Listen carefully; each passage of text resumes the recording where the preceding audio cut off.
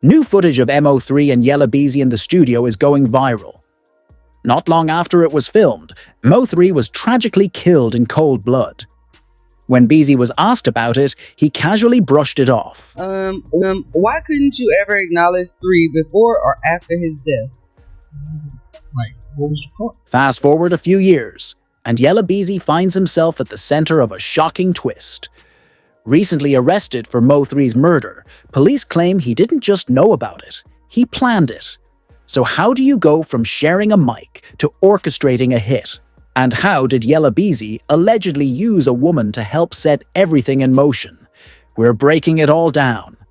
New footage of Yella Beezy and MO3 has just resurfaced, reigniting a fire that's been burning for years. Posted by College Kid on X, the video shows the 2 Dallas rappers in the studio, laughing, vibing, and making music. No tension, just 2 artists sharing a moment. But the timing of this resurfaced footage is what has everyone talking. It dropped just days after Yella Beezy, whose real name is Marquise Conway, was arrested on March 20th, 2025, and charged with capital murder. Authorities claim he hired Quan White to carry out the hit on MO3, real name Melvin Noble. Now, people are looking at that studio session like it was the calm before the storm. A moment captured just before the ultimate betrayal. Prosecutors allege that Beezy didn't just want MO3 gone. He orchestrated the entire thing, bringing in Quan White to pull the trigger.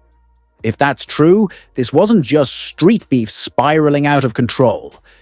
It was a cold, calculated setup that ended in bloodshed. It all came to a head on November 11th, 2020. MO3 was driving down Interstate 35 in Dallas when a gunman approached his car. Witnesses described him as a large black male. Realizing the danger, MO3 tried to escape, sprinting down the freeway, but the shooter chased him down and opened fire. Multiple shots rang out.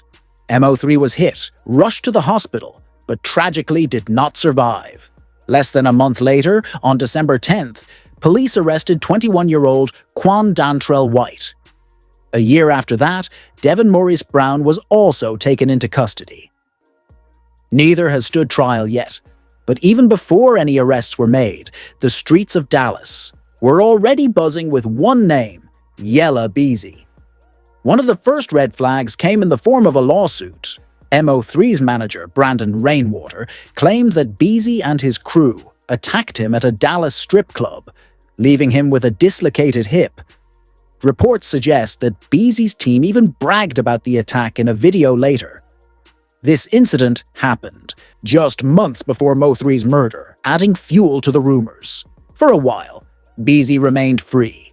No charges, no arrests. But the whispers never stopped. The strip club assault, the lawsuit, the online threats. It all kept bubbling beneath the surface. Then came the chilling theory about a woman's involvement. According to the Shade Room, MO3 had just left a woman's house when he noticed something was off. Someone was watching him. Feeling uneasy, he drove to a gas station, but the car behind him stayed close. That's when he knew. Moments later, he got back on I-35. A chase ensued. MO3 crashed, tried to run, but was gunned down. TMZ later reported, according to TMZ TV, MO3 was desperately trying to escape his alleged killers moments before he was fatally shot on a Dallas freeway. Now, with Beezy under arrest, the case is taking a dramatic turn. Was this a setup years in the making? And if so, why? Stay tuned as more details continue to emerge. Another chilling detail from the same report stated, after the crash, MO3 reportedly got out of his car and ran for his life before he was tragically shot in the back of the head. Shot in broad daylight on a freeway, it didn't feel like a fight gone wrong. It felt organized. Police never released the name of the woman MO3 was visiting that day, but fans quickly connected the dots. Many speculated she had ties to Beezy's circle. Nothing was ever confirmed, but nothing was denied either. And as silence dragged on, the internet continued piecing together its own version of the story. Last year, during an interview with the Lamp channel, Beezy finally broke his silence. He dismissed the rumors outright, saying certain things need to be addressed, certain don't. Stop attaching me to all that because it ain't got nothing to do with me. He looked calm, almost rehearsed, like he had practiced that line more than once. Now, Yella Beezy sits in the Dallas County Jail with a $2 million bond. Footage released by WFAA TV shows him being taken into custody, his hands cuffed behind his back, surrounded by officers. He kept looking around but said nothing. Attempts to get comments from his team and the Dallas Police Department were met with silence. The Dallas County District Attorney's Office also declined to comment, stating, "We do not comment on pending cases." With Beezy behind bars and the resurfaced footage fueling speculation, the conversation naturally shifted back to the bigger question: how did this all begin? The feud between MO3 and Yella Beezy wasn't sparked by a single moment. Both were rising stars in Dallas in the late 2010s. Both repped Oak Cliff, a claim that carries serious weight in the city. But the tension escalated when a third figure entered the picture: Roy Lee. Roy Lee was a popular Dallas comedian, known for speaking his mind. In 2017, he publicly questioned Beezy's claim to Oak Cliff, a move that wasn't taken lightly. More importantly, he made it clear that he stood with MO3. That instantly raised the stakes. On September 25, 2018, Roy Lee was shot in a North Dallas shopping center parking lot. He fought for weeks, but died on October 13th, due to a blood clot caused by the injury. The very next day, October 14th, Yella Beezy was shot 8 times in a drive-by. He survived, but to many it looked like retaliation. One hit triggering another, and the beef turning deadly.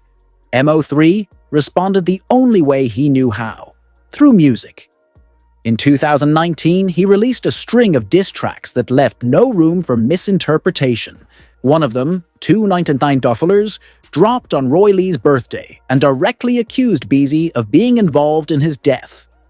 He even suggested there was a bounty on Beezy's head. He wasn't being subtle. He wanted the world to know exactly where he stood. One viral tweet summed it up perfectly. The MO3 and Yella Beezy feud turned deadly after Beezy ducked a fade from MO3's friend, Roy Lee. Lee was later killed, setting off a chain of violent events in the city. That should have been a wake-up call, but it wasn't. Even on Reddit, fans were piecing together the history of their beef. One post put it bluntly: MO3's head started getting big and he was talking a lot of Wallaks on social media. Just didn't know if that's what really got him killed. This wasn't just about music. It was about pride, ego, and a lot of online pressure. Then came Beezy's 2024 interview on Can I Vent? When asked why he had never spoken about MO3's death, never acknowledged him before or after, he didn't flinch. He just shrugged it off like it was nothing. Now, with his arrest, the streets of Dallas are buzzing again. Was this a long, brewing war that finally reached its breaking point? Or was it something even deeper, more sinister? The truth may finally be coming to light. Why couldn't you ever acknowledge 3 before or after his death? Like, what was the point? He went on to say that MO3 had been dismissive when he was alive, claiming that MO3 was jealous of his success. That statement hit hard. It made their feud seem deeper than just music. It sounded personal, like tensions had been brewing long before the shooting. Still, Beezy later tried to downplay things in another interview.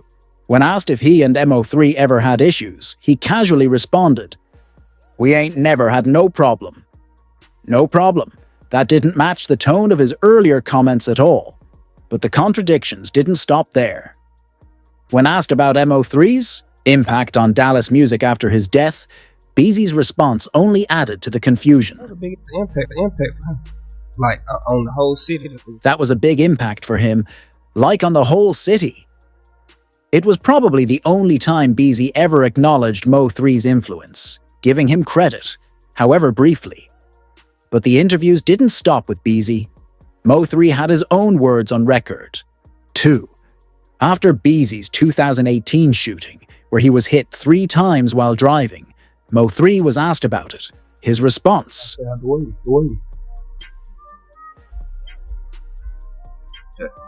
Real out here, getting it up every day.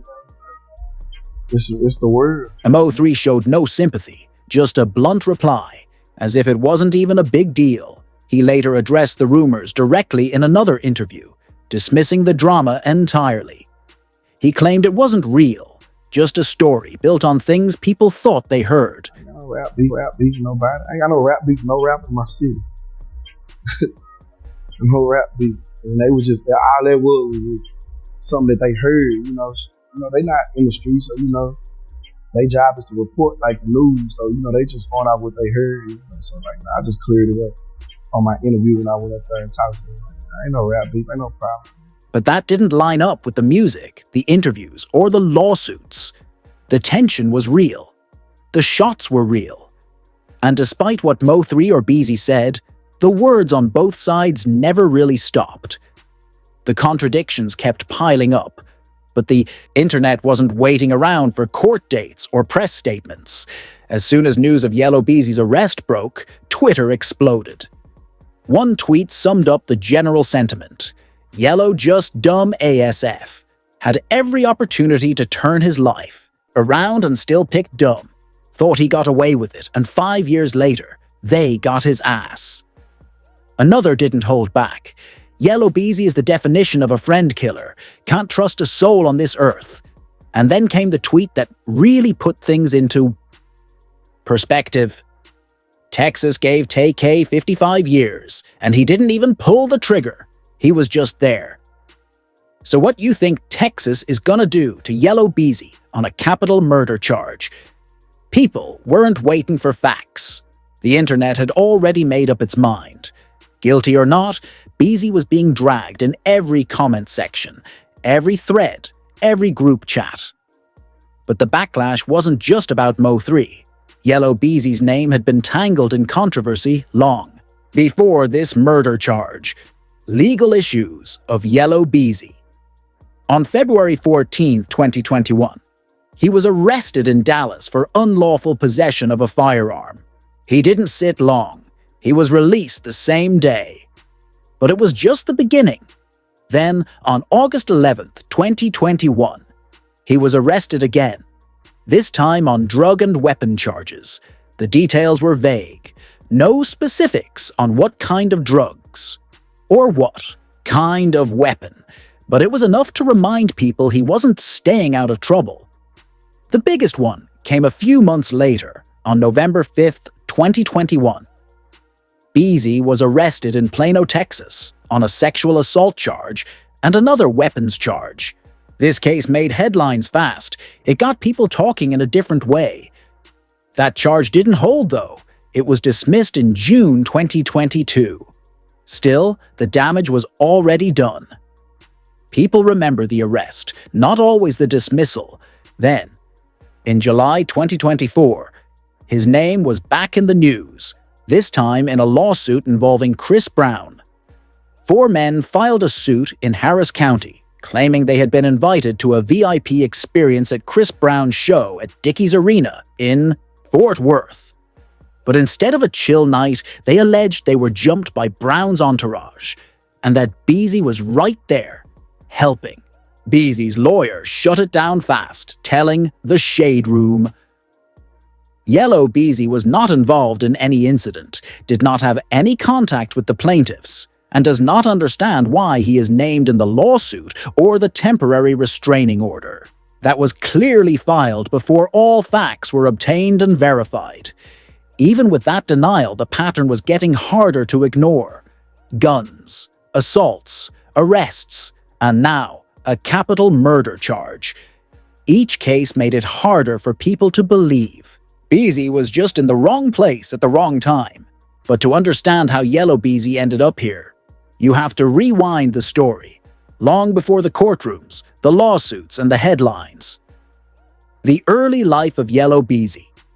Before all this, he was just Marquise Conway, a kid from Dallas with a rough start. He grew up in Oak Cliff, a neighborhood known for both its talent and its struggles. When he was just 12 years old, his world changed forever. His father was murdered at their home on Mother's Day. That kind of trauma doesn't just pass. It shapes everything. Like any other kid, he chased dreams. He spent most of his childhood playing football and basketball, hoping to go pro. But life had other plans. As a teenager, Conway joined the Crips. He started selling drugs to help support his family. It wasn't some movie plot. It was survival. He attended Lancaster High School and graduated, but music had already pulled him in another direction. Inspired by artists like Boozy and Kevin Gates, he started writing lyrics at just 13 years old. And by 14, he had already dropped his